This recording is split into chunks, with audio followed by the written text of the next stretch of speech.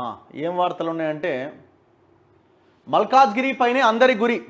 నిజంగా ఇది hot seat అయిపోయింది. మల్కాజ్గిరి అన్నది భారతదేశంలోనే అతిపెద్ద పార్లమెంట్ నియోజకవర్గం. ఫస్ట్ నియోజకవర్గం, అత్యంత పెద్ద నియోజకవర్గం మల్కాజ్గిరి ఈ దేశంలోనే. సో అట్లాంటి నియోజకవర్గంలో ఇటు ముఖ్యంగా బీజేపీలో అయితే అది ఇక పెద్ద వారే నడుస్తున్నది. మురళీధర్ రావు, ఈటల రాజేందర్, ఇంకెవరు సురేష్ రెడ్డి, కొమరయ్య, ఇట్లా చాలామంది పేర్లు వినబడతా ఉన్నాయి. వారు మామూలుగా లేదు.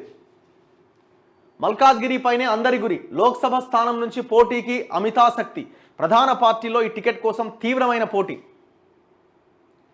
అగ్రనేతల చుట్టూ ఆశావహుల ప్రదక్షిణలు, సానుకూల ఫలితాలుంటాయని ఆశాభావం. బీజేపీ నుంచి టికెట్ ఆశిస్తున్న హేమాహైమీలు. కాంగ్రెస్ బీఆర్ఎస్ పార్టీలోనూ ఇదే పరిస్థితి. బీజేపీ ఏమో ఇది హైదరాబాద్ కాబట్టి మా గెలుపు అవకాశాలు ఎక్కువగా ఉంటాయన్న కోణంలో వాళ్ళు మాకే అవకాశం ఉందంటున్నారు. కాంగ్రెస్ ఏమో మేము ఇక్కడ అధికారంలో ఉన్నాం, దట్టు ఇది రేవంత్ రెడ్డి ఎంపీగా పోటీ చేసి గెలిచిన నియోజకవర్గం 2019లో మల్కాజ్గిరి. సో వాళ్ళు దాంట్లో ఉన్నారు. ఇక బీఆర్ఎస్కి అవకాశం లేదు. ఇక ఏమైనా పోటీ చేస్తే మల్లారెడ్డి కొడుకు పోటీలో దిగాలనుకుండట. ఆయనకు తారాత్ తూరాదు ఆడ జనం రక్తం దాగే మెడికల్ కాలేజ్ దానికి ఇన్ఛార్జ్ ఆయన. సో ఈ బ్యాచ్ అంతా అయిపోయింది. ఇక కేసీఆర్కి ఆడ మల్కాజ్గిరి కాదు, ఇంకేడ అవకాశమే లేదు.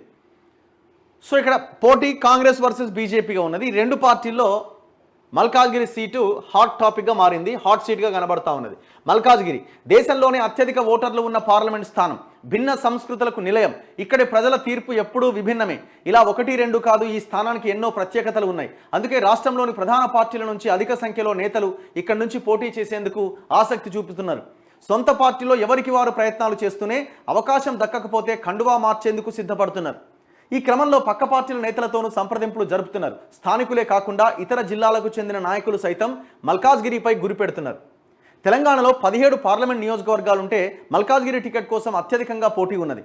కాంగ్రెస్, బీజేపీ, బీఆర్ఎస్ ఇలా అన్ని ప్రధాన పార్టీల్లోనూ ఇదే పరిస్థితి.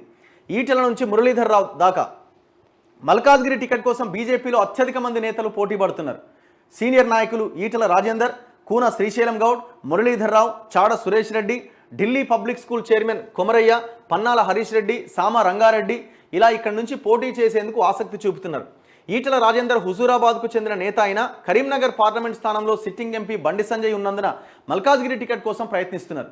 ఇప్పటికే పలుమార్లు ఆయన ఢిల్లీలో పార్టీ అగ్రనేతలను కలిశారు. కుత్బులాపూర్కు చెందిన కూన శ్రీశైలం గౌడ్ కూడా స్థానికత, ప్రజల్లో ఉన్న తనకున్న పరపతి దృష్ట్యా అవకాశం ఇవ్వాలని కోరుతున్నారు. కొంతకాలంగా స్థానిక క్యాడర్తో పాటు కాలనీ సంఘాలతో టచ్లో ఉంటున్న మురళీధర్ రావు సైతం ఈ టికెట్ కోసం గట్టిగా ప్రయత్నం చేస్తున్నాడు. సిట్టింగ్ స్థానం పోటీ అధికం. ప్రస్తుత సీఎం రేవంత్ రెడ్డి 2019లో మల్కాజ్గిరి ఎంపీగా గెలుపొందారు. కాంగ్రెస్ సిట్టింగ్ స్థానం కావడంతో ఆ పార్టీ నుంచి పోటీ చేసేందుకు నాయకులు అమితాసక్తి చూపుతున్నారు. పార్టీలోని సీనియర్లతో పాటు కొత్త కండువా కప్పుకున్న వారు కూడా ఇక్కడి నుంచి టికెట్ ఆశిస్తున్నారు.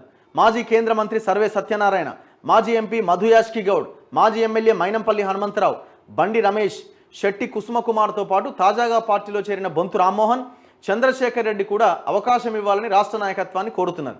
బండ్ల గణేష్ కూడా ఇక్కడి నుంచి పోటీ చేసేందుకు ఆసక్తి చూపుతున్నారు. మరోవైపు రేవంత్ రెడ్డి సోదరుడు పోటీ చేస్తారనే ప్రచారం కూడా జరుగుతోంది.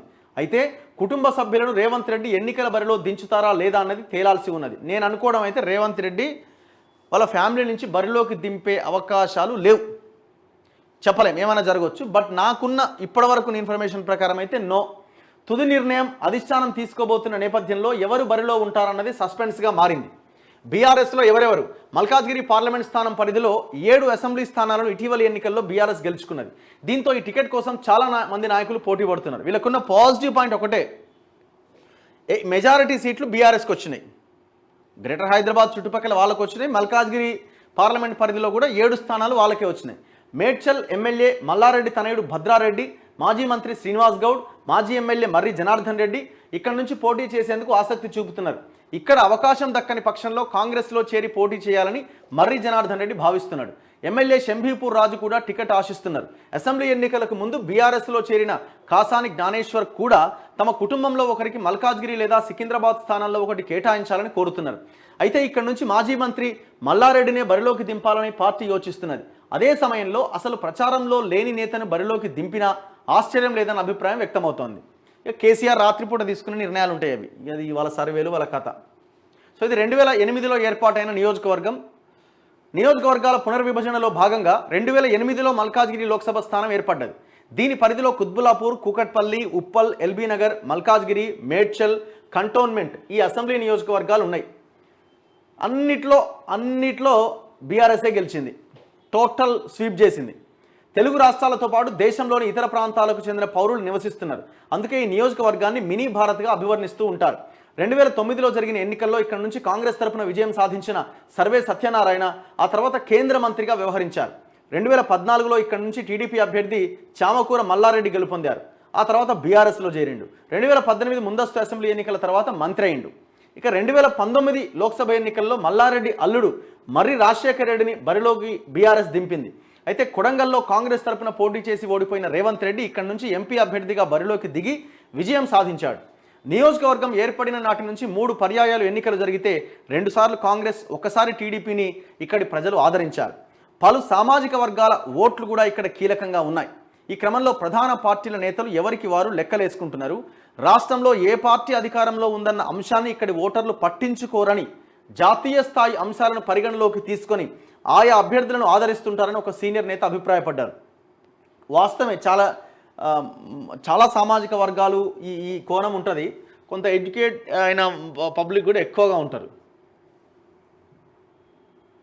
చూడాలి ఈ నియోజకవర్గంలో సిచ్యువేషన్ ఎట్లుంటుంది.